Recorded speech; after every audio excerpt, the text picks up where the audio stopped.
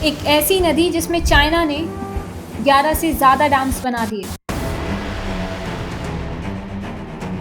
और अब 5 देशों का पानी चाइना के कंट्रोल में है। इन देशों की खेती, मछली पकड़ना और पानी से जुड़ी हर चीज़ पर अब चाइना का कब्जा है। जून 2023 में चाइना के 11 डैम्स में से 6 ने लगभग 1 बिलियन क्यूबिक मीटर पानी रोक लिया था रिजर्वॉयर भरने के लिए, जिसके कारण थाईलैंड, कंबोडिया, लाओस जैसे देशों को सूखे का सामना करना पड़ा था। और अब चाइना बनाने जा रहा है यारलुंग सांगपो नदी पे एक मेगा डैम, जो भारत के अरुणाचल प्रदेश और असम से होते हुए बांग्लादेश में जाएगी। इस डैम को बनाने में लगभग 167 बिलियन डॉलर्स का खर्चा बताया जा रहा है। 2020 में लुई इंस्टीट्यूट की रिपोर्ट ने कहा था कि तिब्बत की नदी पर कंट्रोल चाइना को ये पावर देता है कि वो भारत की इकोनॉमी को कभी भी दबा सकता है, जैसे उसके गले पर हाथ हो। अगर चाइना ने इस नदी के फ्लो को छेड़ा तो अरुणाचल के जंगल से लेकर असम के फार्म्स तक सब कुछ प्रभावित होंगे। ये सिर्फ एक डैम नहीं, यह है साउथ एशिया की सबसे डेंजरस रिवर पॉलिटिक्स। और आज हम आपको बताएंगे कि अगर चाइना ने इसके नेचुरल फ्लो से छेड़खानी की तो ये किस तरह भारत के नॉर्थ ईस्ट स्टेट पर प्रभाव डाल सकता है।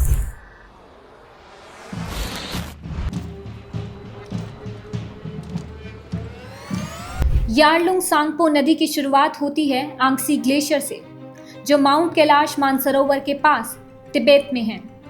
ये एक छोटा सा ग्लेशियर है जहां से पानी बाहर आता है।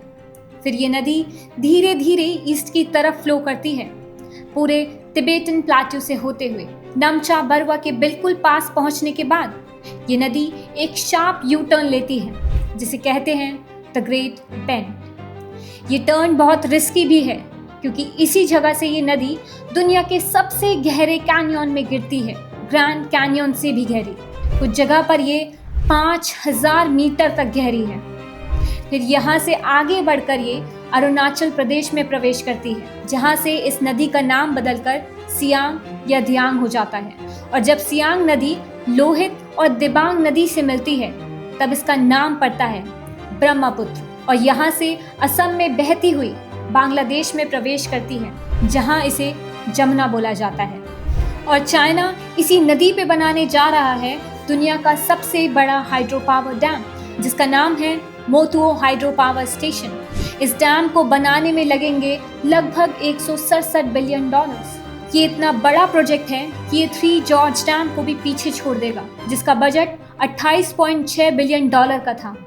ये डैम की पॉलिटिक्स जो हाइड्रो पावर प्रोजेक्ट के नाम से चलाई जा रही है, ये कोई चाइना के लिए नई बात नहीं है। चाइना लगभग 87,000 से भी ज़्यादा डैम्स बना चुका है।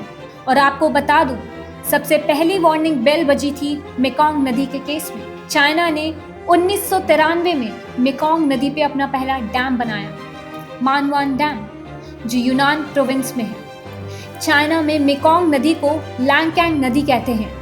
मेकोंग नदी एक ऐसी नदी जो 6 देशों से गुजरती है, China, Myanmar, Thailand, Laos, Cambodia और वियतनाम। आज चाइना के अपर मेकोंग बेसिन पे लगभग 11 बड़े डैम्स हैं।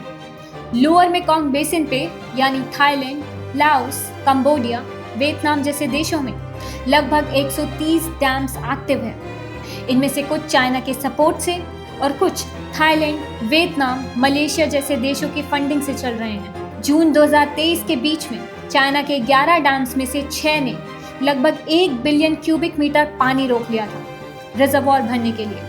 लेकिन दिक्कत ये हुई कि तभी अल नीनो का प्रभाव भी चल रहा था, यानी समुद्र का तापमान बढ़ने के कारण बारिश कम हो रही थी और ऊपर से चाइना ने अपने डैम्स में पानी रोक लिया था। तो थाईलैंड, कंबोडिया, लाओस जैसे देशों को सूखा का सामना करना पड़ा था। एक स्टडी ने ये दिखाया है कि कंबोडिया के सेसन और स्रेपोक बेसिन में मछलियों की प्रजातियों की संख्या 2007 से लगातार गिर रही है। सिर्फ सेकोंग बेसिन, जहां सबसे कम डैम्स बने हैं, वहां थोड़ी सी बढ़ोतरी देखी गई है। वियतनाम के अंगयांग प्रोविंस में तो सिचुएशन और भी सीरियस है। वहां सन 2000 से लेके अभी तक ताज़ी मछलियों का व्यापार तेजी से घट रहा है। साल 2020 में मेकोंग डेल्टा के कई प्रोविंस में धान की फसल प्रभावित हुई। मेकोंग नदी से हर साल रेत निकाला जा रहा है, जिसके कारण नदी के किनारे तेजी से कट रहे हैं और कई गांवों में तो जमीन धंस रही है। सबसे ज्यादा नुकसान कंबोडिया, लाओस, थाईलैंड और वियतनाम की गरीब ग्रामीण आबादी को हो रहा है। और ये तो बस इस डैम पॉलिटिक्स का छोटा सा हिस्सा है। असल कहानी तो चाइना के इस डैम बनाने के बाद होगी, जिसका प्रभाव सिर्फ चाइना नहीं बल्कि भारत, बांग्लादेश और पूरा साउथ एशिया महसूस करेगा। ब्रह्मपुत्र नदी अरुणाचल प्रदेश की घाटियों से होकर बहती है और खेती, मछली पालन एवं रोजमर्रा की जरूरतों का मुख्य स्रोत है। अरुणाचल प्रदेश के चीफ मिनिस्टर पेमा खांडू का कहना है कि चाइना का मेगा डैम जो बॉर्डर के पास बन रहा है वो एक टिकिंग वाटर बॉम्ब है, एक ऐसी थ्रेट जो हमारे लिए मिलिट्री डेंजर के अलावा सबसे बड़ी एक्सिस्टेंशियल प्रॉब्लम बन सकती है। बात करें असम की तो वहाँ की अधिकतर आबादी ब्रह्मपुत्र घाटी में रहती है, जो खेती, पानी और जीवन का आधार है। राज्य की 75% से ज्यादा खेती यहीं होती है, खासकर चाय, धान और पटसन की। यही घाटी काजीरंगा, मानस जैसे नेशनल पार्कों का भी जमीन है, जो सिर्फ असम नहीं पूरे साउथ एशिया की बायोडायवर्सिटी के लिए जरूरी है। चाइना का ब्रह्मपुत्र मेगा डैम सिर्फ एक बड़ा कंस्ट्रक्शन प्रोजेक्ट नहीं है, ये एक जियोपॉलिटिकल, एनवायरमेंटल और ह्यूमन राइट्स का इशू बन चुका है। एक तरफ चाइना इसे ग्रीन एनर्जी और डेवलपमेंट का नाम दे रहा है, लेकिन दूसरी तरफ ये डैम भारत और बांग्लादेश जैसे नीचे के देशों के लिए वाटर सिक्योरिटी और एनवायरमेंटल थ्रेट है। इसलिए ज़रूरत है कि चाइना और नेबरिंग कंट्रीज के बीच ओपन डायलॉग, ट्रस्ट और शेयर्ड एग्रीमेंट हो। पानी को वेपन बनाने की सोच फ्यूचर में कॉन्फ्लिक्ट ला सकती है।